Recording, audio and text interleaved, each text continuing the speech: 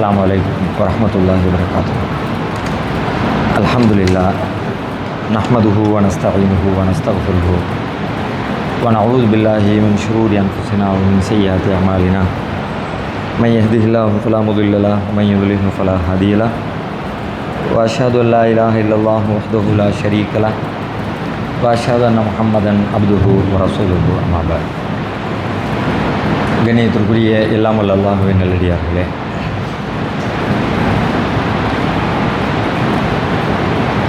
கரூரில் கூட்ட நெரிசலில் ஏற்பட்ட விபத்தில் பலியானவர்களுக்கு அரசு வேலைவாய்ப்பு வழங்குவதாக இன்றைய பத்திரிகை செய்திகள் வந்திருக்கிறது. இது ஒரு செய்தி. இதுபோல் ஏராளமான செய்திகளை அன்றாடம் நாம் கேட்கிறோம், பார்க்கிறோம், நம்முடைய வாழ்வில் அனுபவிக்கிறோம். இதுபோல் ஒரு செய்தியையோ ஒரு நிகழ்வையோ நாம் பார்த்த உடனே ஒவ்வொருவருக்குள்ளும் ஒவ்வொரு வகையான சிந்தனைகள், எண்ணங்கள் உருவாகின்றன. பல்வேறு கேள்விகள் எல்லாம். அந்த செய்திகளை பாராட்டலாம் அல்லது அந்த செய்திகளை விமர்சனம் செய்யலாம். அந்த செய்தியில் இருக்கக்கூடிய தவறுகளை, பிழைகளை சுட்டி காட்டலாம்.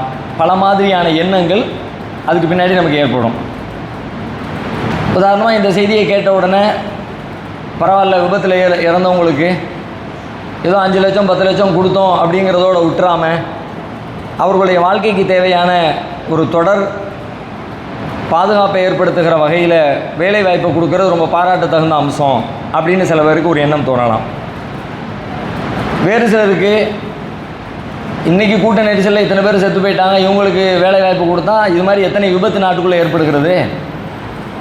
பட்டாசு தொழிற்சாலையில் விபத்து ஏற்பட்டு எத்தனை பேர் சாகுறாங்க, சாலைகளில் விபத்து ஏற்பட்டு எத்தனை பேர் மரணம் அடைகிறாங்க, வெள்ளம், தீ விபத்து, அந்த மாதிரி பல்வேறு விபத்துகள் ஏற்பட்டு பல பேர் மரணம் அடைகிறாங்க. அவங்களுக்கெல்லாம் என்ன பதில்? இவங்களுக்கு கொடுக்குறாங்கன்னா அப்போ அவங்களுக்கெல்லாம் கொடுப்பாங்களா, இது வரைக்கும் கொடுத்துருக்குறாங்களா அப்படின்னு இன்னொரு கேள்விகள் வரலாம். இன்னொரு பக்கத்தில் இன்னொருத்தருக்கு ஒரு சிந்தனை வரலாம். இதுக்காக வேண்டி அரசு வேலைகளுக்காக வேண்டி ஆண்டு கணக்கில் உட்காந்து படிச்சுட்டு போட்டித் தேர்வுகள் எல்லாம் எழுதிட்டு சீனியாரிட்டி அடிப்படையில் நமக்கு கிடைக்கும் அப்படின்னு எதிர்பார்த்துக்கிட்டு ஆயிரக்கணக்கான லட்சக்கணக்கான இளைஞர்கள் காத்துக்கிட்டு இருக்கிறாங்க. அவங்களுக்கெல்லாம் வேலையை உறுதி செய்யாமல் தன்னுடைய கூட்டத்தில் வந்து செத்து போனவங்களுக்காக வேண்டி ஒரு இரக்கத்தின் அடிப்படையில், திறமையின் அடிப்படையில், தேர்வின் அடிப்படையில் கொடுக்க வேண்டிய பணிகளை விபத்துக்கு வழங்கக்கூடிய ஒரு நஷ்டஈட்டின் அடிப்படையில் வேலை வாய்ப்பை கொடுக்கறதுங்கிறது ஒரு நாட்டுக்கு நல்லதா அப்படின்னு ஒரு தோணலாம். ஒரே சம்பவம் ஒன்று தான். ஆனால் அந்த சம்பவத்தினுடைய எதிர்வினைகள் எப்படி இருக்குது அப்படின்னு பார்த்தா பார்க்கிற ஒவ்வொருவருடைய பார்வைகளையும் அது வேறுபடுகிறது. அது எதனால் வேறுபடுகிறது?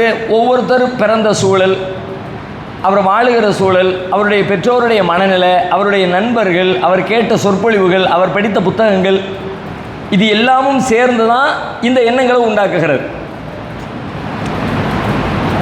ஒவ்வொரு எண்ணத்துக்கு பின்னாடியும் ஒவ்வொரு வகையான வாழ்க்கை சூழல் இருக்கிறது. அதில் குறிப்பாக பெற்றோருடைய தாக்கம் எல்லா எண்ணங்களுக்கும் பின்னாடி ரொம்ப முக்கியமாக இருக்கும். நபி ஸல்லல்லாஹு அலைஹி வஸல்லம் சொல்கிற மாதிரி உலகத்தில் எல்லா குழந்தைகளும் ஃபித்ரத் என்கிற ஒரு இயற்கை பண்பிலே பிறக்கின்றன. எது நேச்சரோ, எது இயற்கையோ, எது இயல்போ, எது மனித தன்மையோ, அந்த தன்மையின் அடிப்படையில் தான் உலகத்தில் எல்லா குழந்தைகளும் பிறக்கிறாங்க. ஃபஅபவாஹு யுஹவ்விதானிஹி, அந்த குழந்தையினுடைய பெற்றோர்கள் தான் அவங்கள ரூட்டு மாற்றிடுறாங்க. அவங்க செல்ல வேண்டிய பாதையிலிருந்து, அந்த இயல்பு நிலையிலிருந்து மாறுறதுக்கு முக்கியமான காரணம் யாராக இருக்கிறான்னு பார்த்தா அந்த குழந்தையினுடைய பெற்றோர் தான் காரணமாக இருக்கிறாங்க அப்படின்னு நபி ஸல்லல்லாஹு அலைஹி வஸல்லம் சொல்கிறாங்க. அப்போ ஒரு மனிதனுடைய பார்வையில் இப்படி நாம் இந்த விஷயத்தை பார்த்துட்டு இதுக்கு நாம் ரியாக்ட் பண்ணுறோம்ல, நமக்கு தெரியாது, நம்மையும் அறியாமல் நம்முடைய பெற்றோருடைய தாக்கம் இதற்குள்ளே இருக்கிறது. அவர்களுடைய சிந்தனை, அவர்களுடைய வளர்ப்பு முறை, அவர்கள் பேசிய பேச்சுக்கள், இதில் 10 கோணம் வருது, 10 கருத்துக்கள் வருது, 10 எண்ணங்கள் வருது, 10 மதிப்பீடுகள் வருதுன்னா 10 வகையான பெற்றோர்களால் நாம் வளர்க்கப்பட்டிருக்கோம் அப்படிங்கிறது அதுக்குள்ளே இருக்கிற அர்த்தம். இப்போ இதில் நாம் கவனிக்க வேண்டிய அடிப்படை என்ன அப்படின்னு கேட்டால், இது மாதிரி நமக்குள்ளே எழக்கூடிய இந்த சிந்தனைகள், எண்ணங்கள் இருக்கிறது, மதிப்பீடுகள், ஒவ்வொரு விஷயத்தையும் மதிப்பிடுறோம்ல, இது இப்படி தான், இது சரிதான், இது தப்பு தான், இது ஏற்க முடியும், இது ஏற்க முடியாது, இது நல்லது, இது நல்லதில்லை, இது கெட்டது, அப்படியெல்லாம் நமக்கு உள்ளுக்குள்ளே ஒரு எண்ணம் வருதுல்ல. அப்படி நமக்கு வரக்கூடிய எண்ணங்களின் அடிப்படையிலேயே நாம் நம்முடைய எல்லா முடிவுகளையும் எடுத்துட்டோம். எண்ணங்கள் வருவது பிழையிலே, அது வந்தே தீரும், அதை தவிர்க்கவே முடியாது. ஒவ்வொருத்தருக்கும் ஒரு அனுபவம் இருக்குது. அந்த அனுபவத்தின் அடிப்படையில் சில எண்ணங்கள், சிந்தனைகள் வரும். அதுதான் யதார்த்தம், அது நடைமுறையில் அப்படி தான் இருக்கும், அதை மறுக்க முடியாது. ஆனால் அந்த எண்ணங்களின் படியே நான் ஒரு முடிவெடுத்தால் அந்த முடிவு சரியானதாக இருக்குமான்னு கேட்டால் சில நேரம் சரியாக இருக்கலாம், பல நேரங்களில் பிழையாக இருக்க வாய்ப்பு இருக்கிறது. ஏன் அப்படின்னு கேட்டால், நான் ஒரு பார்வையில் ஒரு கோணத்தில் பார்க்கிறேன். நான் பார்க்கிற கோணம் மட்டும்தான் சரியான கோணம்னு சொல்ல முடியாது. ரெண்டாவது, நான் பார்க்கிற கோணம் முழுமையான கோணம் கூட இல்லை. ஒரு வாகனம் விபத்துக்குள்ளாகி முன்னாடி நிற்கிது, நான் எந்த டைரெக்ஷனில் பார்க்கணும் அந்த டைரெக்ஷனில் வண்டியில் எந்த டேமேஜுமே இல்லை, அதெல்லாம் ஒன்றும் வண்டியில் பெருசாக பாதிப்பில்லை பாட்டு நான் போயிடுவேன். பின்னாடி இருந்து ஒருத்தன் பார்ப்பான், அவனுக்கு தான் தெரியும் அடிச்சு பேந்துருச்சா வண்டி, அவன் சொல்லுவான் ஒரே வண்டி தான், ஒரே விபத்து தான். முன்னாடி இருந்து பார்த்து நான் சூப்பர், ஒன்றும் பஞ்சாயத்து இல்லைங்கிறேன். பின்னாடி இருந்து பார்த்தாலும் அவ்வளோதான், முடிஞ்சு போச்சு, வண்டியை தேராதுங்கிறான். அப்போது இந்த ரெண்டில் எது உண்மை? ரெண்டுமே முழுமையான உண்மை இல்லை. இதுலேயும் பாதி உண்மை இருக்கிறது, அதுலேயும் பாதி உண்மை இருக்கிறது. அப்போ முழு உண்மை எப்படி கண்டறிகிறது அப்படின்னா, இந்த எண்ணம் உள்ளுக்குள்ளே இருந்து வரக்கூடிய, நம்முடைய அனுபவங்களில் இருந்து வரக்கூடிய, நம்முடைய கடந்த கால சிந்தனை முறைகளில் இருந்து வரக்கூடிய ஒரு விஷயத்தை பார்த்த உடனே நமக்கு தோன்றக்கூடிய உணர்வுகள் எல்லாம் சரியானவை அல்ல. அதையெல்லாம் ஓரங்கட்டி வச்சுட்டு அந்த எண்ணங்கள் எல்லாம் முடிவெடுக்கிற ஒரு இடத்துக்கு வந்து விடாமல் அதையெல்லாம் கீழே அடித்து கீழே இறக்கிட்டு அதுக்கு பிறகு நீங்கள் அந்த எண்ணங்களை விட்டு வெளியில் நின்று பார்த்து ஒரு முடிவெடுக்கிற பழக்கத்தை, ஒரு சிந்தனையை, ஒரு முறையை நாம் கற்றுக்கொண்டால் அந்த முறைதான் மிகச் சரியான ஒரு முடிவை எடுப்பதற்கு உதவக்கூடிய முறையாக இருக்கும். அப்படி விலகி நின்று பார்க்கலாம். அப்படி விலகி நின்று பார்க்கறது எப்படி? இப்போ உள்ளுக்குள்ளே வர்றதெல்லாம் என்னுடைய எண்ணம் தான், எனக்கு தான் தோணுது, எனக்கு என்ன தோணுதோ அது மட்டும் தான் நான் செய்வேன், எனக்கு என்ன தோணுதோ அதை தான் நான் பேசுவேன். ஆனால் அதையெல்லாம் ஓரங்கட்டி வைக்கிறதுனா எப்படி? ஓரங்கட்டி வைக்கணும். இன்னும் சொல்ல போனால், நாம் எடுக்கிற முடிவுகள் வெறுமனே நம்முடைய சுற்றத்தார், நம்முடைய பெற்றோர், நம்முடைய நண்பர்கள் அவர்கள் ஏற்படுத்திய தாக்கத்தில் மட்டும் நம்ம எடுக்கலை. இஸ்லாத்தின்படி, ஈமானிய நம்பிக்கையின்படி நமக்குள்ளே இரண்டு பண்புகளை அல்லாஹ், இரண்டு சிந்தனைகளை அல்லாஹ் விதைக்கிறான். ஒன்று ஷைத்தானிய சிந்தனை, இன்னொன்று மலக்குகளின் சிந்தனை. அந்த சிந்தனையும் சேர்ந்து தான் நம்மை ஒரு முடிவை நோக்கி தள்ளுகிறது. நாம் எடுக்கிற முடிவு வெறுமனே நம்முடைய பெற்றோர் ஏற்படுத்தின தாக்கம் மட்டும் சொல்லிட முடியாது, என்னுடைய அனுபவம் மட்டும் சொல்லிட முடியாது. என் அனுபவத்திலே இல்லாமல் இருக்கும், ஆனாலும் கூட அப்படி ஒரு எண்ணம் வரும். என்னுடைய பெற்றோர் என்ன கற்பிச்சிருக்க மாட்டாங்க, ஆனாலும் அப்படி ஒரு எண்ணம் வரும். அதெல்லாம் எங்கேருந்து வருது அப்படின்னா, ரெண்டு புறத்திலிருந்து வருகிறது. ஒன்று மலக்குகளின் புறத்திலிருந்து வருகிறது, இன்னொன்று ஷைத்தான்களின் புறத்திலிருந்து வருகிறது. மலக்குகளின் புறத்திலிருந்து வந்தால் அந்த முடிவு நேர்மையானதாக, மனிதாபிமானம் மிக்கதாக, அல்லாஹ்வுக்கு கட்டுப்பட்டதாக, இஸ்லாத்திற்கு நெருக்கமானதாக, அந்த நிகழ்வை நம்ம அந்த கோணத்தில் பார்ப்போம். அதுக்கு நாம் அப்படி தான் வியாக்கியானம் பண்ணுவோம், அப்படி தான் நம்ம விமர்சனம் பண்ணுவோம். ஷைத்தான் புறத்தில் வந்துச்சுன்னா எடுப்பில் வேறு மாதிரி எதிர்மறையா ஒருத்தர் வந்து யாசகம் கேட்குறாரு. பஸ் ஸ்டாண்டில் நீங்கள் நிற்கிறீங்க, பரிசு தொலைஞ்சு போச்சுங்க, போகிறதுக்கு ஒரு 100 ரூபா பஸ் சார்ஜ் கொடுங்க, வந்துட்டானோயா எத்தனை பேர், இதே உங்களுக்கு பொழப்பு, டக்குன்னு உள்ளேருந்து ஒன்று வரும். யாரோ சொல்லலை, உங்களுக்கு உள்ள ஒரு குரல் வருகிறது. என்ன குரல் வருது? இப்படியே தான் ஊருக்குள்ளே பல பேர் பரிசக்கானம் நல்ல திண்டு தூங்க வேண்டியது, இப்படியே வந்து பொய் சொல்லி ஏமாற்றி காசை வாங்கிட்டு உடனே டாஸ்மாகில் போய் குடிச்சிட்டு மல்லாது படுத்துட வேண்டியது. இவனை மாதிரி ஆளெல்லாம் போயா துற போயா. உள்ளேருந்து ஒரு குரல் வருது. எங்கேருந்து வந்துச்சு? உங்களுக்குள்ளே தான் இருந்துச்சு. எப்படி வந்துச்சு? உள்ளே உட்கார்ந்துருக்கிற ஷைத்தான் இப்படியான ஒரு குரலை உங்களுக்கு கொடுக்குறா. முதல்ல இந்த குரலின் அடிப்படையிலேயே நீங்கள் செயல்பட்டால், ஒருவேளை இது உங்களுடைய கடந்த கால அனுபவமாக கூட இருக்கலாம். அனுபவமாக இருந்தாலும் முழு உண்மை இல்லை. எப்படி நீங்கள் கண்டுபிடிச்சிங்க? அவர் ஏமாத்துறவதான். யாரோ இதுக்கு முன்னாடி ஒருத்தர் பரிசக்காரம்னு சொல்லி ஏமாத்தியதனால் அவர் ஏமாத்தியதை போல இவரும் ஏமாத்துகிறவர் தான் எப்படின்னு முடிவுக்கு வந்தோம். அந்த முடிவுக்கு பிறகு ஒரு உண்மை தேவையில்லை, ஒரு ஆராய்ச்சி தேவையில்லை, ஒரு சிந்தனை தேவையில்லை. எந்த சிந்தனையுமே இல்லாமல் ஏற்கனவே என்னுடைய வாழ்வில் நான் பட்ட அந்த அனுபவத்தின் அடிப்படையிலோ அல்லது ஷைத்தான் எனக்கு கொடுக்குற சிந்தனைகளின் அடிப்படையிலோ உடனே டக்குன்னு எழுத்து நின்று எல்லாம் ஃப்ராட் போய் துறப்போயா அப்படின்னு எச்சரிச்சுட்டு போகிறது என்பது எப்படி உண்மையானதாக, நேர்மையானதாக, இறைவனுக்கு நெருக்கமானதாக இருக்க முடியும்?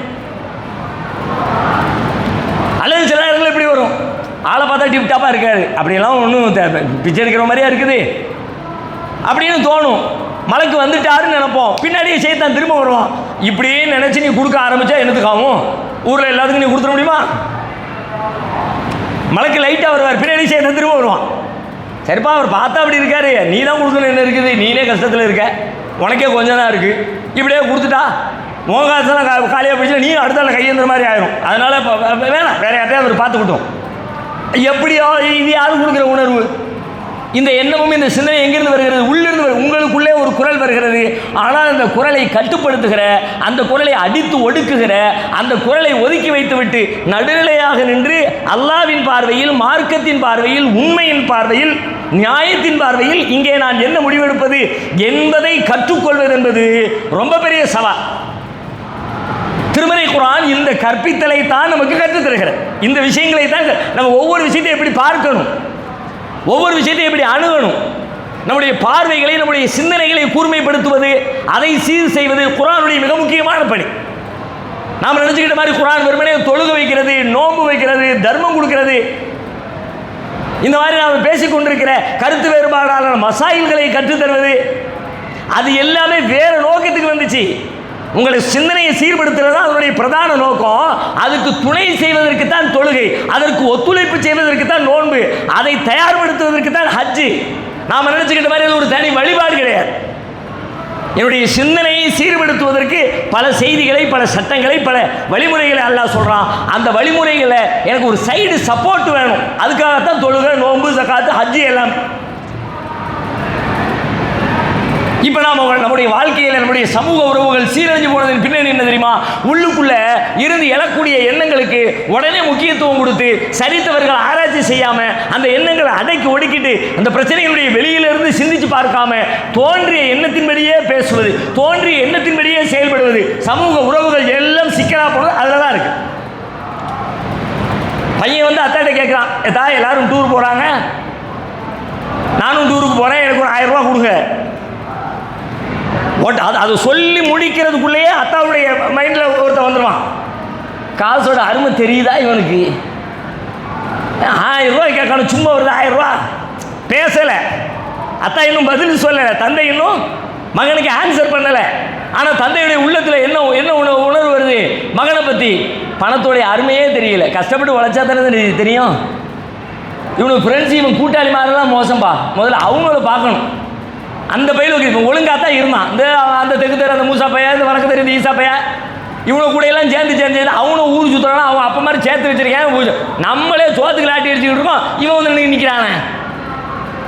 வீணாக்குறான், நேரத்தை வீணாக்குறான், பொழுதை வீணாக்குறான், படிப்பு இல்லாமல் வெறுமனை இப்படியே சுற்றிக்கிட்டு இருக்கான். இப்படியே உள்ளுகளோடு இந்த பார்வையிலேயே இந்த உணர்வுலாம் வந்த உடனே இந்த உணர்வின்படியே என்னுடைய பதில்கள் வெளிவருகிறது. என்னுடைய ஆன்சர் உள்ளுக்குள்ள இந்த சிந்தனை வந்துருச்சுன்னா இந்த சிந்தனையை கட்டுப்படுத்தி வச்சுட்டு அதை மட்டுப்படுத்திட்டு அதுக்கப்புறம் நான் தனியாக நின்று பிள்ளை கேட்குறானே, ஏன் கேட்குறான், உண்மையிலே போகிறானா, போகிற இடம் தேவையா, இவனுக்கு பயன் தருமா, வீணான செலவா, அப்படியெல்லாம் யோசிக்கிறதுக்கு இடமே கொடுக்காம சிந்தனை வந்தவுடனே அப்படியே கொட்டுறது. ஆமாம், வேறு வேலை இல்லை, எவன் சேர்த்து வச்சுருக்கான். இப்படியே 4 தடவை நடந்துருமா? இப்போ பையன் 5ஆவது தடவை வர்றான். எதுக்கு போகணுந்தா? டூர் போகணும், ஃபீஸ் கேட்கணும், பணம் கொடுங்க. போகும்போதே இவனுக்கு அத்தாவை பற்றி ஒரு மதிப்பீடு. என்ன மதிப்பீடு? சரியான கஞ்சந்தாள், நம்ம ஒரு கேட்டால் எல்லாம் செலவு பண்ணுவார். ஆனால் நம்ம கேட்டால் மட்டும் அவருக்கு எங்கே இருந்து தான் வேலை வருமோ தெரியாது. மளிகை கடைக்கு கொடுக்கணும், வாடகை கொடுக்கணும், பால் கொடுக்கணும் அப்படின்னு பெரிய பட்டியல் ஆரம்பிச்சிருவார். புரிஞ்சிக்கவே தெரியாது. இவரெல்லாம் எப்படித்தான் பண்ணுறதுன்னு தெரியலையே. இந்த மதிப்பீடுகளோடையே இவன் போவான்.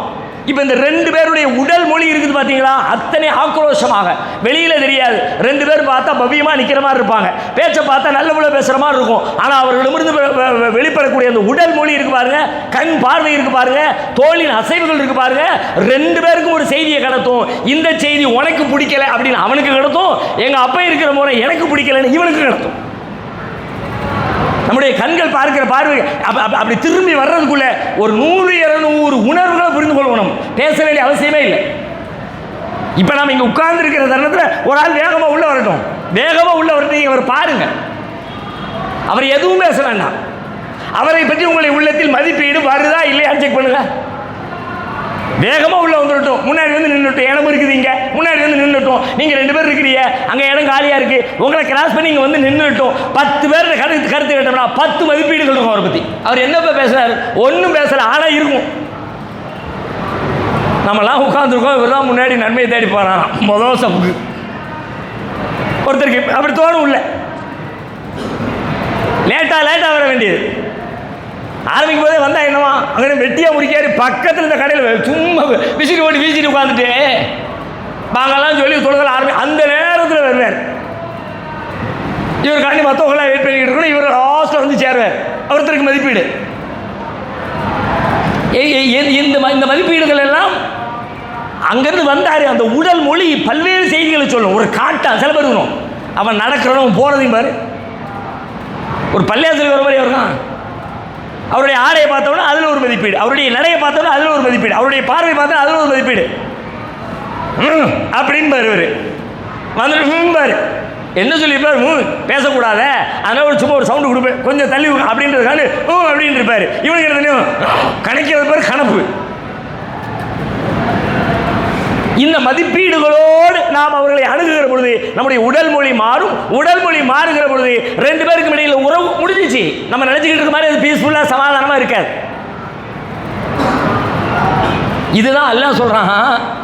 ஷைத்தான் உலகத்துக்கு வந்த நேரத்தில் அல்லாஹ் ஷைத்தானுக்கு கொடுத்த பெர்மிஷனில் ஒன்றை பற்றி குர்ஆன் சொல்லும்போது வஸ்தஃப்ஸிஸ் மன் இஸ்ததஅத மின்ஹும் பிஸௌதிக வஅஜ்லிப் அலைஹிம் பிகைலிக வரஜ்லிக வஷாரிக்குஹும் ஃபில் அம்வாலி வல் அவுலாத் வஸ்தஃப்ஸிஸ் மன் இஸ்ததஅத மின்ஹும் பிஸௌதிக. எப்பா உன்னுடைய குரலால் இயன்றவர்களை நீ வெளியெடுத்துக்கொள். ஷைத்தான் அல்லாஹ் சொன்ன செய்தி. உன் குரலால், அவன் குரலால் எப்போ நம்ம வெளியெடுத்தான்? ஷைத்தான் குரல் யாராவது கேட்டிருக்கீங்களா? ஆம்பளை குரல் கேட்டிருக்கியா, பொம்பளை குரல் கேட்டிருக்கியா, ஆட்டு குரல் கேட்டிருக்கியா, மாட்டு குரல் கேட்டிருக்கியா? ஷைத்தான் குரலை கேட்டது யார்? அல்லாஹ் சொல்றான், தம்பி உன் குரலை வச்சு வெளியெடுத்துரு. அவன் குரலை வச்சு எப்போ வெளியெடுத்தான்? அப்போ இன்னும் நம்மக்கிட்ட வரலப்பா, அவன் எங்கிட்ட வேற எங்கேயோ சுற்றிக்கிட்டு இருக்கான், ஊருலாம் அவன் வர்றதுக்கு லேட்டாக ஆப்பிரிக்காவோ அமெரிக்காவோ எங்கேயோ போயிட்டான். அதனால தான் நமக்கு தெரியுது. அப்படியா? எல்லாருக்கூடையும் இருக்கிறான், எல்லாரோடையும் பேசுகிறான். உள்ளிருந்து வருகிற அந்த குரல், அந்த குரல் ஓசை வடிவத்திலான குரல் அல்ல, உணர்வின் வடிவத்திலான குரல். இந்த குரலை அடக்கிடே போதுண்டா, தெரியும், நான் பார்த்துக்கிறேன் அப்படின்னு இதிலிருந்து விலகி நாம நடுநிலையாக நின்று குரல் அற்றவனை போல நின்று கொண்டு, சிந்தனை அற்றவனை போல நின்று கொண்டு, முடிவுகள் அற்றவனை போல நின்று கொண்டு ஒரு முடிவை ஆராய நினைத்தால் அதுதான் சரியான முடிவை நோக்கி நகர்வதற்கான வழி. இது நம்ம ரொம்ப லேசாக புரிஞ்சுக்கிறதா இருந்தால், தொழுகையில் தக்பீர் கட்டி நின்று உடனே நம்ம எல்லாரும் எப்படி தொழணும்? கரெக்டாக தொழுகணும், அல்லாஹ்காண்டி தொழுகணும், நீ ஈடுபாட்டோடு தொழுகணும், அப்படியே முழுசாக கவனத்தோடு தொழுகணும். அப்படி தான் தொலை வந்தோம். ஆனால் அப்படி தொலைஞ்சிட்டு போனவங்க எத்தனை பேர்? தக்பீர் கட்ட வரைக்கும் அப்படி தான் நினச்சோம். சில நேரத்தில் அல்லாஹ் அக்பர் தக்பீரை கூட அப்படியே கட்டிடுறோம். கட்டி முடிச்சு அல்ஹம்துலில்லாஹ்னு ஆரம்பிக்கிறதுக்குள்ளே எங்கேயோ போயிட்டோமே. கூட்டு போனது யாரு? என்ன சொல்லி கூட்டு போனாரு? அவர் தான் கூட்டு போனார். அப்படியாண்ணா அவருடைய குரல் தான் நம்மளை கூட்டிகிட்டு போச்சு.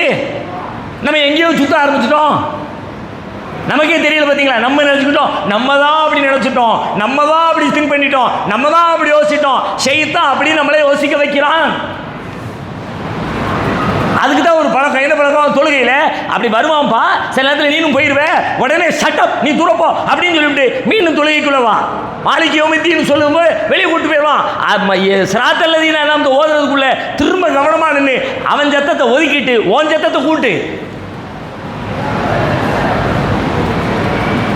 தொழுகையில் இந்த பயிற்சி எடுத்தா வாழ்க்கையில் அந்த பயிற்சி வெளிப்படும். எப்படி வெளிப்படும்? இந்த மாதிரி எதை பார்த்தாலும் முன்முடிவோட இவன் அப்படி, இவன் இப்படி, இவன் இப்படி அப்படின்லாம் உள்ள வரும்பொழுது இரு நான் பார்த்துக்கிறேன் அப்படின்னு அந்த குரலை அடக்கி போட்டு நேர்மையாக நடுநிலையாக நின்று முடிவெடுக்கிற ஒரு பழக்கம் நமக்கு கிடைக்கும். அந்த பழக்கத்தை கற்பிப்பது தான் தொழுகை நமக்கு கடமையாக்கப்பட்டதனுடைய பின்னணிகளில் உண்டு, நோக்கங்களில் உண்டு. அதுவே நோக்கம்னு சொல்கிறேன், அதுவும் ஒரு நன்மை. தொழுகையால் கிடைக்கிற நீங்கள் தொழுகையை கரெக்டாக ஷைத்தான் கூப்பிடும் போதெல்லாம் போயிட்டு திரும்ப வந்துடுறீங்க, போயிட்டு திரும்ப வந்துடுறீங்க, போயிட்டு திரும்ப வந்துடுறீங்க. மீண்டும் மீண்டும் ஷைத்தானை விரட்டிட்டு உள்ளே வந்தீங்கன்னா வாழ்க்கையில் இந்த மாதிரி மதிப்பீடுகளின் வழியாக ஷைத்தான் நம்மை வழிகெடுக்கிற தருணங்களில் எல்லாம் நாம் அவனோடு பயணிக்காமல் அவனை ஓரங்கட்டிட்டு நடுநிலையாக நிற்கவும் உண்மையை புரியவும். அத்தாவும் மகனுடைய இடத்திலிருந்து யோசிப்பார், மகனும் அத்தாவுடைய இருந்து யோசிப்பார். அத்தை எதுக்கு தர மாட்டேங்கிறாங்க? இப்போ தான் அந்த இடத்த வாங்கணும் அப்படின்னு பிளான் போட்டுக்கிட்டு இருந்தாங்க. ஒருவேளை அதுக்கு காசு செலவாகும் போல இருக்கு. அத்தை இப்போ தான் புதுசாக ஒரு பிஸ்னஸ் ஆரம்பிச்சிருக்கிறாங்க, அதுக்கே இல்லாமல் சிரமப்படுறாங்க. அதுலேருந்து வர்ற வருமானம் யார்? நமக்கு தானே. இப்படியெல்லாம் சிந்திக்கிற பார்வை எப்போ கிடைக்கும் தெரியுமா? இந்த முன்முடிவுகளை எல்லாம், மதிப்பீடுகளை எல்லாம் ஒதுக்கி வச்சா தான் கிடைக்கும். அப்படி ஒதுக்கி வைக்கும்போது என் தந்தையை நான் பார்க்கிற பார்வை எப்படி இருக்கும், என் பிள்ளை என்னை பார்க்கிற பார்வை எப்படி இருக்கும், இந்த மதிப்பீடுகளோடு நான் பார்க்கிற பொழுது எங்கள் இருவருக்கும் இடையிலான உறவு எப்படி இருக்கும் யோசிச்சு பாருங்க. எனவே இது ஒரு பயிற்சியாக குர்ஆன் நமக்கு கற்றுத்தருகிறது. அப்படிப்பட்ட பயிற்சிகளை கற்றுக்கொண்டு கடைபிடிக்கிற நன்மக்களாக அல்லாஹ் நம்மை ஆக்கி அருள்வானாக.